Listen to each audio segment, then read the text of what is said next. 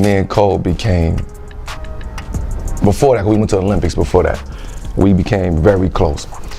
But we became close on some disrespectful shit like. It's May 2009. The spotlight's on LeBron, the media's darling, the chosen one rewriting playoff history in Cleveland. But out in Denver, under the mile-high tension, another war is brewing, raw, personal, and primal. Two Olympic brothers turned rivals. Two future Hall of Famers with no room for mercy. Kobe Bryant and Carmelo Anthony, not teammates anymore, not friends for now, just predators circling each other in the Western Conference Finals, where only one could survive. So the games against Kobe on Christmas Day, is that the number one? Like, yo, I played against Black Mamba. Kobe, you knew what you was getting yourself in. This isn't just Lakers versus Nuggets. This is war disguised as basketball. The series where Carmelo Anthony and Kobe Bryant turned competition into combat, where mutual respect turned into obsession and every bucket felt like a challenge to manhood. This was the moment when finesse met fury,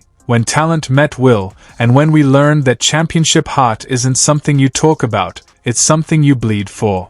I mean, we hugged before the game. He was like, War. "It's war." Yeah. I said, "It's war. Like, let's get it. Like, it ain't gonna be nothing easy." And I just remember him. He always would tell me, "I'll guard you in the fourth, cause they ain't gonna make no calls on me. They ain't gonna call no shit on me in the fourth." The 2009 Western Conference Finals wasn't supposed to get this personal. The Lakers, led by Kobe Bryant at the peak of his powers, were the clear favorites. The Nuggets, fueled by Carmelo Anthony's fearless scoring, were the underdogs who'd just shocked the league. But what no one expected was how quickly respect would turn into rivalry. This wasn't just basketball, it was pride, ego, and legacy colliding at full speed. These weren't just two teams battling for a finals berth. They were two Olympic brothers turning friendship into fire. That was my moment where me and Kobe became different, Carmelo later admitted. Before that, we were cool, Olympics, Team USA, but it was disrespectful closeness. You know Kobe, his coming straight for your neck. That was my moment where me and Kobe became, before that, we went to the Olympics before that, we became very close. But we became close on some disrespectful shit like Kobe. You know Kobe, man. Going at your neck. He going at your neck. He's saying shit to you, elbowing you.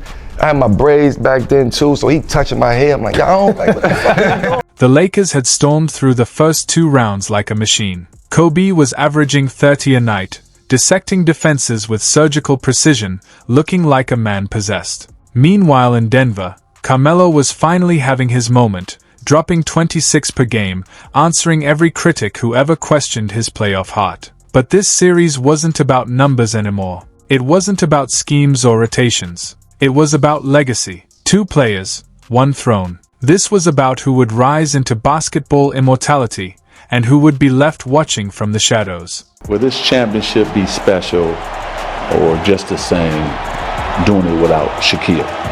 You know, a lot of people make a lot out of that. Yeah. People that don't know what they're talking about make a lot out of that. You know, the truth is he never would have won without me.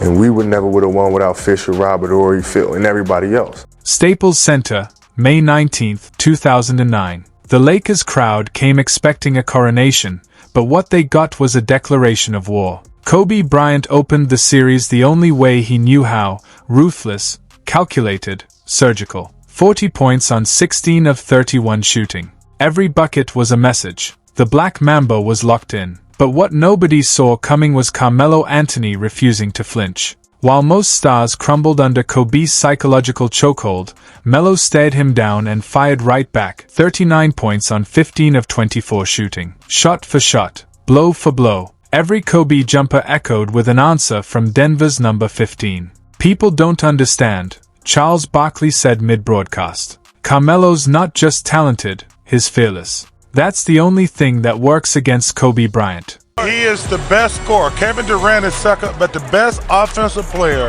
in the NBA is Carmelo Anthony.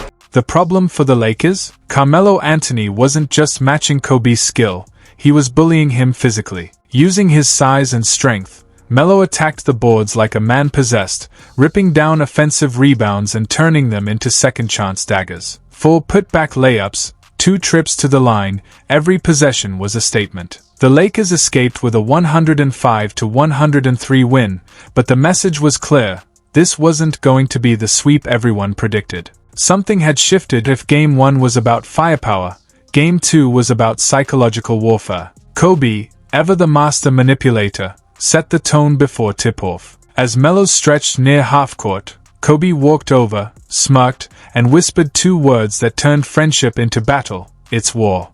I mean, we hugged before the game. He was like, War. it's war. Kenyon Martin once recalled that Kobe said a few things too wild to repeat on TV, but what stood out most was Carmelo Anthony's calm reaction. He just smiled and replied confidently, "I've been ready." He's never been out of the best basketball player of all time debate. Never. Because I played against him. I had to guard him. Badass man. The ball in his hand. Competitive as they come. 5 rings. All of it. You can't talk about because he had Shaq. No, fuck it. He got 5 rings, man.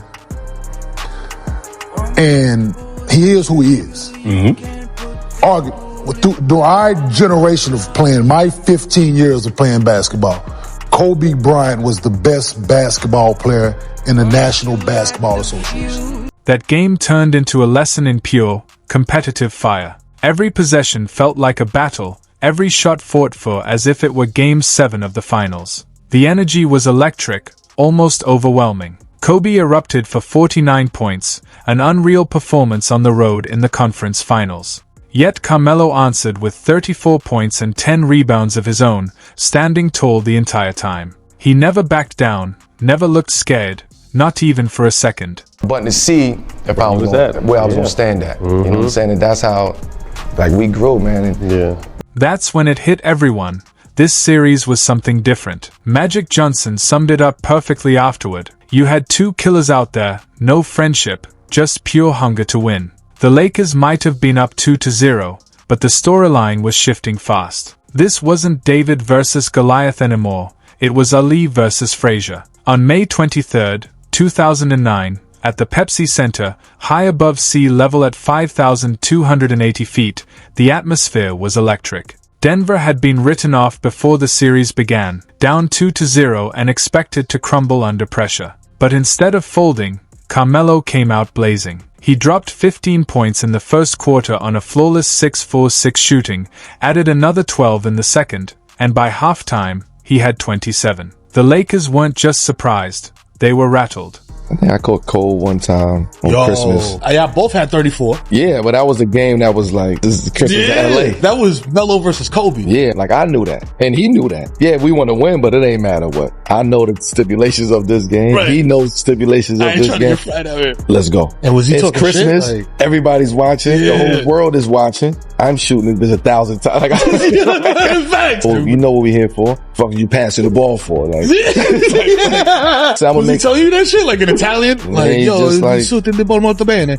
Like all this. That energy was crazy on Christmas. And you had to be there to really understand. Reggie Miller admitted he'd never seen Carmelo play with that kind of focused rage before. It wasn't just about scoring, it was about sending a message. But that's when the real chess game began. On the sidelines, Phil Jackson, the Zen master, stood calm and unreadable as ever. No panic, no visible adjustments, just quiet calculation. He understood something most didn't. Kobe wasn't done yet. Because true stars don't just show up when the moment calls for it. They rise above it and turn the game into something unforgettable. But I was upset because people don't understand him. And he is a genius in every sense of the word. And how he sees the game, how he sees the spirituality of the game. And people don't understand that. And worse than that, they're intimidated by that. And even worse, they try to discredit that because they do not have the level of passion and obsessiveness to get to that level. Kobe answered like only he could, dropping 28 points while transforming into the ultimate floor general. Pau Gasol added 23 points and 12 rebounds, Lamar Odom chipped in 19 and 11, and Derek Fisher brought his signature clutch defense and veteran poise. After the game, Phil Jackson summed it up perfectly. That's the difference between great players and champions. Great players get stats. Champions elevate everyone around them when the pressure's highest. More NBA championships as a coach now than any man ever. When the clock went to triple zeros, what's the first thought that ran through your mind? It's surreal to watch this thing count down, see these guys out on the floor carry the day. They did such a good job in the second half, from actually the middle of the second quarter, carrying this game home. It's all about them. The Nuggets took Game 3 with a 103-97 win, but by then, this wasn't just a series, it was a battle of wills. The stage was set for Game 4 in Denver, the kind of do-or-die showdown that forges legacies. Carmelo came out blazing again, dropping 22 in the first half as the crowd roared, sensing destiny calling his name. This was his moment to prove he belonged among Kobe, LeBron, and D-Wade. But true champions aren't defined by big moments, they are defined by how they respond when everything's slipping away. Down 15 in the third, Kobe locked in, stared down the Denver crowd, glanced at Melo, and flipped the switch. He didn't just play harder, he ascended. 18 points in one quarter, every shot contested, every touch a statement. Shaquille O'Neal later said it best. I watched Kobe go somewhere only a few players in NBA history can reach. That's not talent, that's championship DNA. Who was more competitive in your opinion, Kobe or Jordan? Yeah, you see Jordan, and you can see the competitor, but Kobe was a different animal. Like, I used to see Kobe dribble and shoot without no ball for an hour. Oh, like cattle boxing? And then go out there and do the same move. The fourth quarter was more of the same, Kobe in full command, refusing to let up. He ended the night with 43 points, but the real story wasn't in the box score, it was in how he crushed Denver's confidence piece by piece. With 3:42 left, Carmelo missed a tough three. At 2:18, he forced up another difficult shot over Fisher. Then, with 47 seconds remaining, he turned the ball over trying to create a miracle. That's where the gap showed, the line between a brilliant scorer and a true champion. As Tim Duncan later put it, champions don't just make shots, they make the right plays when everything's on the line.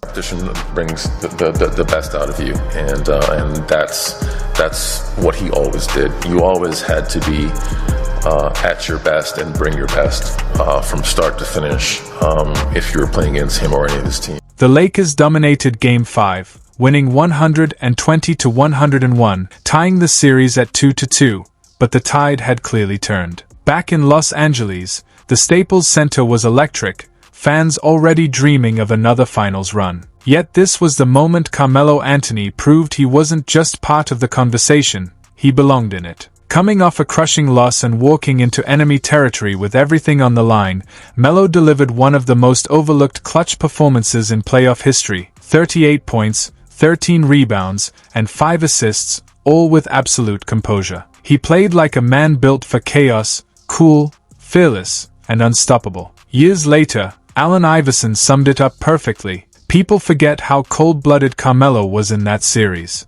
Kobe-level cold-blooded.